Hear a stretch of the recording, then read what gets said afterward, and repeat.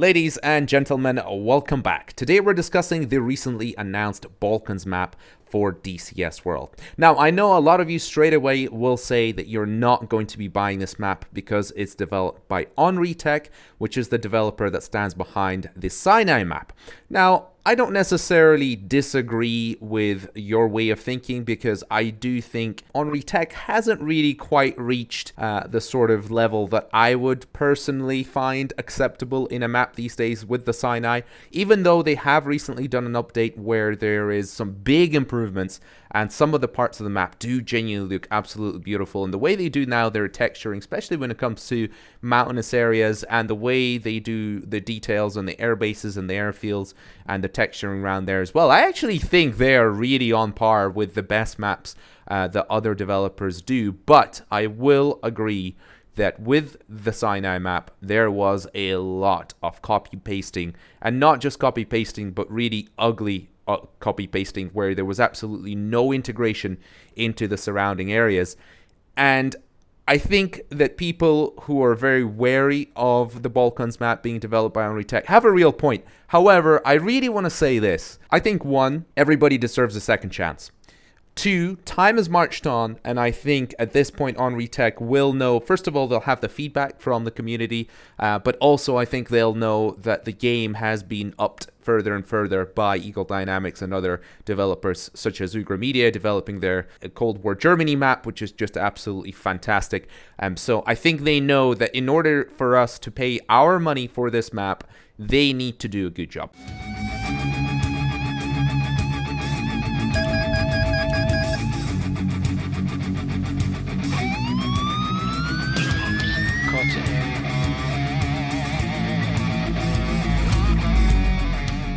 Now, before we actually dive into any of the screenshots, let's have a very quick look at the map itself and what area it actually covers. Now, it is 1,200 by 1,000 kilometers, which makes it just a tiny bit smaller than the Cola map in DCS World, but still, by all accounts, an extremely large map. Now, it covers the area around the Adriatic Sea, including Italy, Croatia, Slovenia, parts of Hungary, even Romania, and it does provide a very interesting landscape in terrain, which we've never had in DCS. We've never had a European theater with beautiful mountainous terrain. Now, obviously, the Caucasus map that we have, which comes for free with DCS World, is a very old, very outdated map. However, even to this day, I think a majority of players still use it because it actually still looks really good. And with Caucasus retextured mod by Bartek, the Caucasus map actually looks a lot better than some of the newer maps, even when it comes to forested and mountainous areas, I have to say. Now, the real selling point of this map, I think, when it comes to developing this particular area is, of course, the Kosovo conflict in 1999. And the fact that we have a sort of realistic base for operations for both NATO and Red 4 forces, if you will. Now, it is important to mention that the F-16 that we currently have in DCS is based on the 2007 Block 50, I believe, whereas the Kosovo conflict obviously had earlier blocks, including the Block 40 and potentially even the 10 and the 15 and the 20. So it's a little bit of a shame. You'd probably have to stretch your imagination just a little bit to make your F-16 experience or missions fit. However, when it comes to the Red 4 side, we now have a full fidelity MiG-29, and you can fly for the Yugoslav Air Force in the MiG-29 against NATO forces, completely outnumbered, being the underdog, if you will. And the MiG-29 that we have in DCS is exactly the version of the MiG-29 that would have been present during the conflict. So you can probably replicate a lot of the scenarios very realistically, and especially with a lot of the other units when it comes to the SAM sites and various AI units that we have. We do have a wide variety which will fit the conflict perfectly. And obviously, it's also the Adriatic Sea, so you could technically have some aircraft carriers there.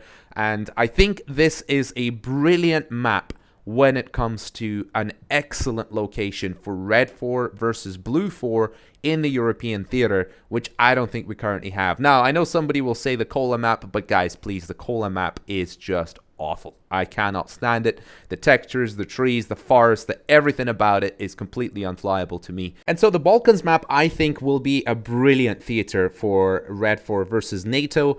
even if you were to stretch your imagination and create some plausible conflicts between the year 2000 and the present day, whereby, for example, it's Serbia and Russia versus whatever NATO forces are based in Hungary and Italy, I mean, you can let your imagination run wild. And the great thing is we do actually have some good NATO bases around the Italian coastline.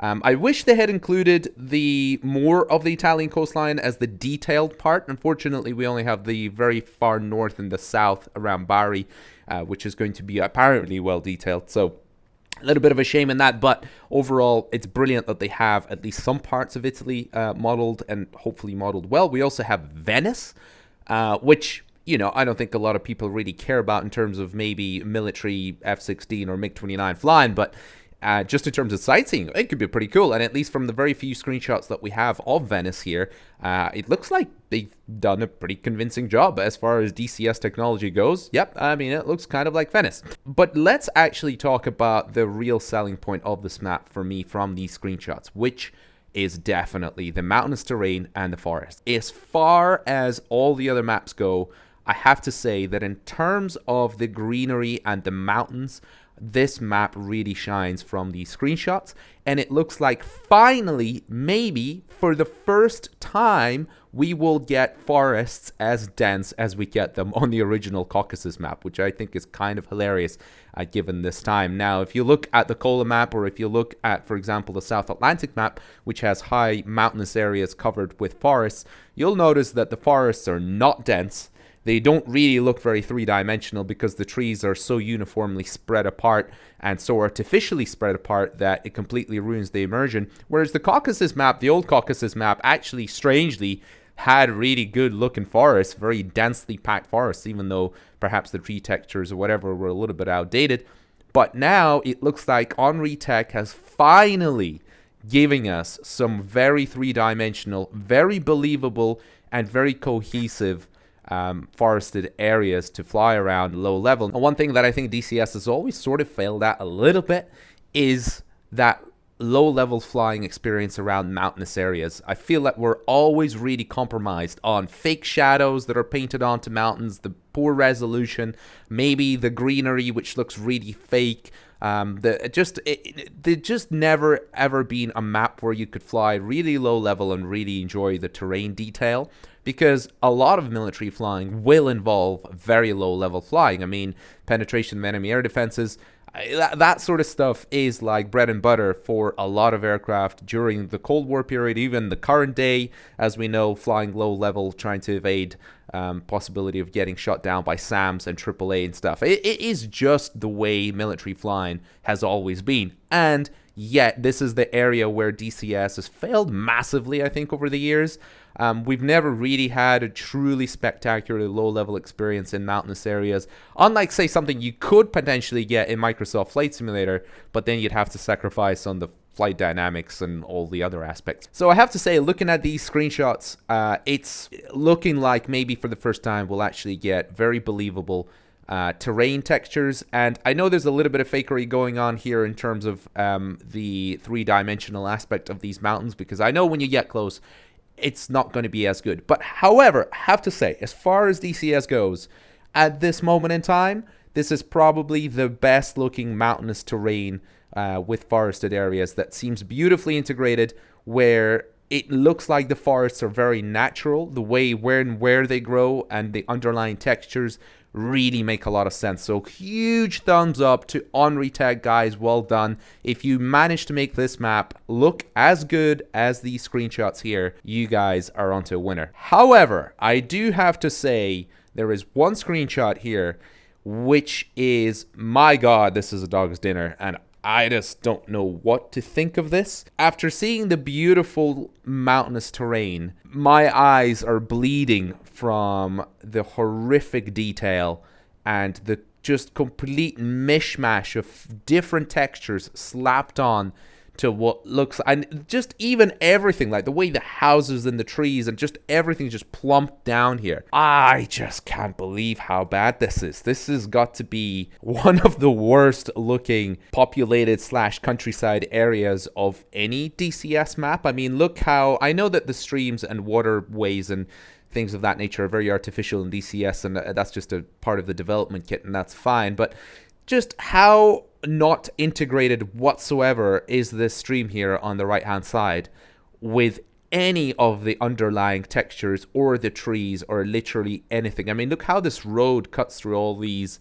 fields straight through the middle without like any consideration whatsoever for realism. I mean, it's literally like somebody just took a bunch of satellite images, stuck them together, plopped a road from DCS World on top, and then just randomly put some buildings in the places where the satellite imagery has some buildings.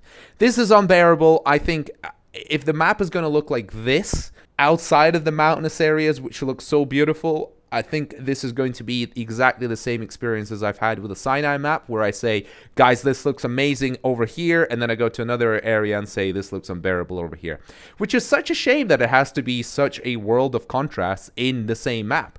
So I'm really, really, really hoping that OnReTech maybe takes a little bit of feedback on board here and just, guys, please redo it. I don't care how you do it. It can be satellite imagery. It can be some sort of other artificial way of generating terrain and fields. I mean, it doesn't even have to look exactly like the fields in real life. Whatever. Just make it look better as opposed to just plumping everything in the same place and just randomly populating it like this, because this is completely unbearable. Now, one thing that OnReTech has always been very good at, I think, and it definitely seems like this is going to be the case here, is when it comes to airbases, the textures for all the different tarmac and the taxiways, all the little details, the hangars. That's something they've actually done really well, even on the Sinai map.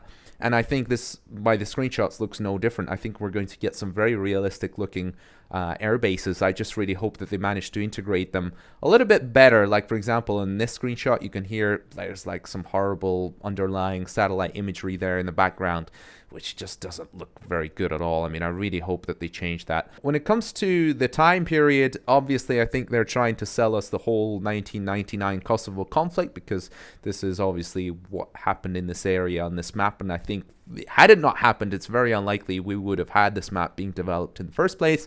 But I have to say, just in terms of attention to detail here with these cars, they're definitely not giving us the cars of the period. Now, I know a lot of you are going to say, who cares? You're not going to see it when you're flying along. Well, the thing is, I think attention to detail is kind of important, because it's like, this is why Grand Theft Auto is really good, right?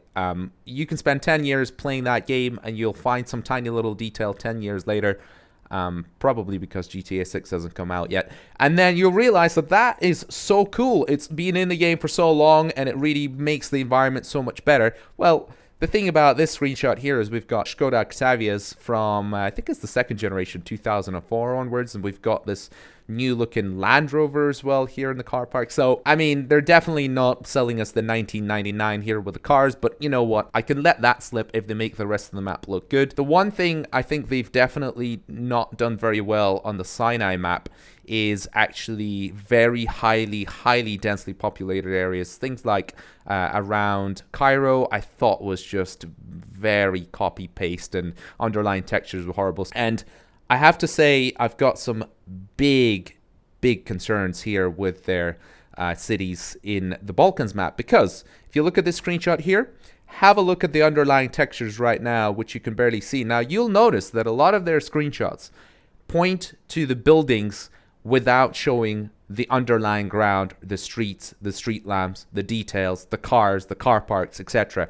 A lot of their screenshots when it comes to cities are kind of like these landscapes where you take a photo out onto the horizon, looking from one building onto the rest of the cityscape, and they don't show the underlying textures. Well, have a look at the underlying textures here right now, and you tell me what you see, because I see some horrible, very pixelated, a completely out of place, not even the right color satellite imagery, which has got to be fixed, guys. You cannot sell us a map which has this horrific underlying texture like here. Because for us helicopter pilots, maybe we just want to go and land on some building or at a hospital. I mean, this is going to be completely unflyable, completely unbearable. We need some sort of Ugra Media / Eagle Dynamics sort of cityscapes with underlying streets and all the little details that go with it, because otherwise it's just not going to cut it. I'm really sorry. But when it comes to the actual buildings themselves, and when it comes to the details that they've put into it, I mean, kudos to them. Bloody amazing. I mean, I'm sure maybe all the historical sites in Venice are going to look no worse than potentially even Microsoft Flight Simulator, and kudos to them. Hopefully they'll pull that off. But I've got really, really big concerns about the underlying textures that they're using, not for mountainous areas, but just in general for cityscapes. Because even here in this beautiful screenshot of Venice, have a look at that little street on the third quarter on the right side that runs between the buildings. Look how ugly and horrible the underlying textures are over there. And again, you're not going to see any details in those streets. This is just going to be looking great when you're flying at 10,000 feet. But when you get down to 50 feet, I got some concerns about it, and I really, really, really, really, really hope that they improve it. So guys, I'm not going to waffle on anymore. I have mixed opinions. I think the mountainous areas look phenomenal. I really hope they continue with that. This could be the best low-level map when it comes to flying in between mountains and the sort of stuff that, you know, you really dream of doing in DCS World, because we have such great aircraft that are such high fidelity with such amazing flight dynamics, but we've never really had that low-level experience that could match maybe Microsoft Flight Simulator. And I really hope that this could be the first time that they could do it. I just really hope that they fix their satellite imagery when it comes to the countryside and the populated areas. Guys, comment down below. Tell me what you think. Tell me if I've missed something. Tell me if there's any other important aspect to this map that perhaps I have overlooked and not considered. It'd be very interesting to know in the comments. But otherwise, hopefully, I'll catch you in the next video. Adios.